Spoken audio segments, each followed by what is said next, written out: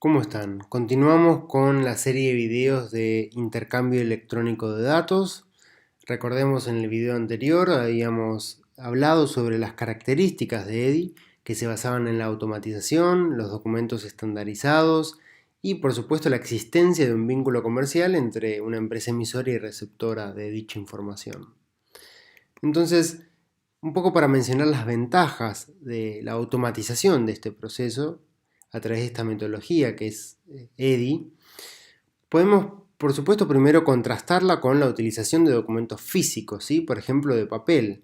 Y las ventajas son claras, permite romper con las limitaciones geográficas y temporales, es decir, el intercambio electrónico no importa en él dónde se encuentren ambas partes, sino que simplemente con el acceso a Internet se puede generar y transferir esa información. Obviamente hablamos de un ahorro del tiempo de manipulación y procesamiento de dicha información, y aunque esta comparación entre un medio físico y un físico como papel, digo, donde no se puede pasar a una codificación electrónica y leerse por distintos mecanismos y transferirse por redes ya sean privadas o públicas, un poco se basa en que en la actualidad aún hay organizaciones, hay empresas que manejan muchos volúmenes de papel, ¿no? Entonces está bueno mencionar estas ventajas. Obviamente que se disminuye enormemente la cantidad de errores de interpretación de la información porque esta lectura es hecha a través de un sistema, es decir, de forma automatizada, no la realiza una persona, por ende tampoco lo realiza la generación del documento. Entonces se reduce mucho el volcado incorrecto de los datos en un documento físico, ¿sí? Por ende también se reduce las horas hombre abocadas al traspaso, carga, análisis o transferencia de dicha información. Por ende, y como conclusión, agiliza los procesos administrativos y posibilita una disminución enorme del papel, ¿sí? Entonces, para resumir, los componentes del intercambio electrónico de datos son, primero, una aplicación o software donde se traduzca y además se pueda generar este documento o conjunto de documentos comerciales. Un lenguaje común o estándar o protocolo de EDI donde aquellos documentos que venimos hablando se permitan plasmar de la misma manera, no importa quién, cuándo o dónde se generen. Y por ende los medios de comunicación entre las partes, entre los socios comerciales, para facilitar y transferir estos documentos estandarizados generados por una aplicación o software. Entonces, si tenemos en cuenta la implementación de la red de EDI, podemos discriminar entre dos tipos de organizaciones o partes, los iniciadores y los seguidores. Por un lado tenemos aquellas empresas que por buscar algo superador, un proceso de mejora, pretenden implementar esta metodología, y por otra aquella que es presionada por el entorno, ¿sí?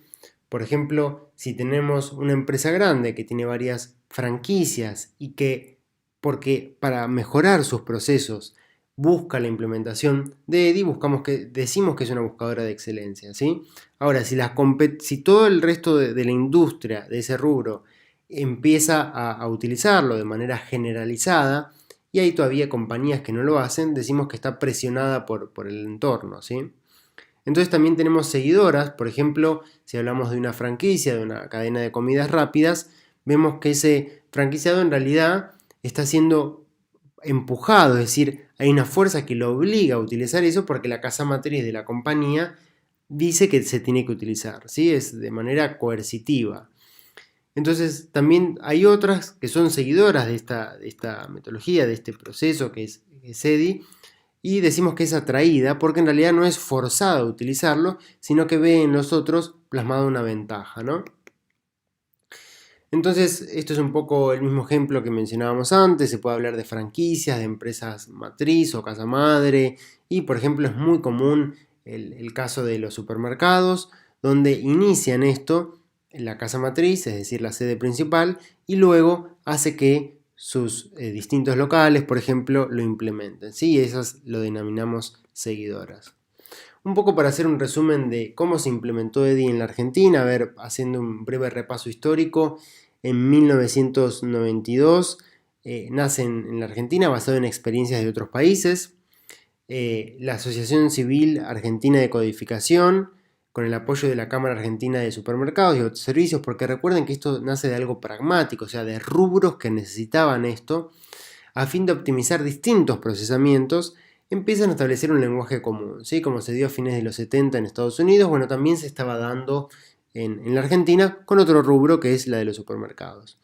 En el 95 entonces se inicia sus actividades Ediforum, que es básicamente el grupo de tareas que trata de unificar EDI e implementarlo para la Argentina, ¿sí? En el año 2005 la asociación EAN se fusionó con otra asociación que es la UCC para formar como lo que sería una organización mundial donde se identifica y se implementa y se regula la implementación del código de DIFACT, ¿sí?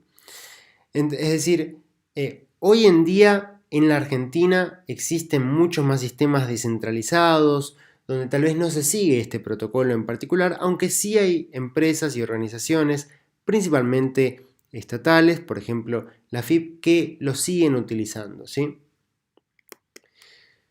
Podemos mencionar distintos protocolos, ya yendo bien y más a lo técnico, de implementación de EDI. A ver, por ejemplo, tenemos protocolos de formato de documentos, por ejemplo XML, HTTP, muy comúnmente usado entre una conexión cliente-servidor, como veíamos en los videos de Cloud Computing. Hay muchos otros protocolos que dicen, por ejemplo, cómo se deberían mandar emails. Estos protocolos son más comúnmente conocidos como el SMTP, el POP3, por supuesto también el clásico texoplano o FTP, es decir, formas de intercambiarse información entre dos partes. EDI en particular pretende establecer con ciertos caracteres la codificación de quién es el remitente, qué es lo que se está enviando, cuándo, cuánto, y todo esto es un poco, se ve así de manera codificada, basado por supuesto, como ya mencionamos, en el estándar ANSI, y al fin y al cabo lo que producen es un documento de este tipo, una vez codificado por el documento electrónico. Vamos a ver en el próximo video los rubros de mayor implementación y una breve conclusión sobre el tema de intercambio electrónico de datos.